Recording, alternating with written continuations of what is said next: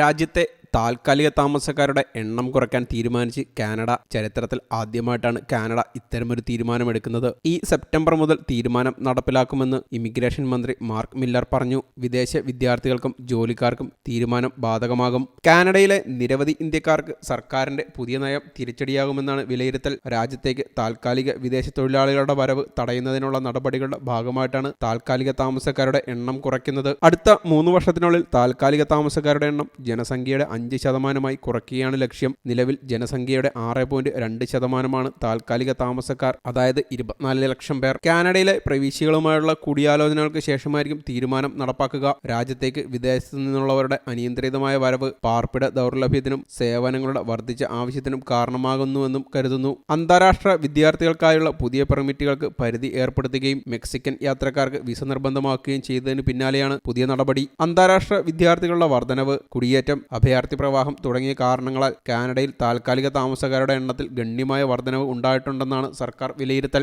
ജനസംഖ്യ വർധനവ് ഉണ്ടായിട്ടും കാനഡയുടെ തൊഴിൽ വിപണിയിൽ ഇടിച്ചിലുണ്ടായിരിക്കുകയാണെന്നതും ശ്രദ്ധേയം. 2023 അവസാന പാദത്തിൽ തൊഴിലവസരങ്ങൾ 3.6% കുറഞ്ഞു. അതുകൊണ്ട് തന്നെ താൽക്കാലിക വിദേശ തൊഴിലാളികളെ കൊണ്ടുവരുന്നതിന് മുൻപ് അഭയാർത്ഥികളെ നിയമിക്കുന്നതിന് മുൻഗണന നൽകണമെന്ന് തൊഴിൽ മന്ത്രി റാൻഡി ബോയ്സോണോൾട്ട് കമ്പനികളോടും സ്ഥാപനങ്ങളോടും അഭ്യർത്ഥിച്ചു.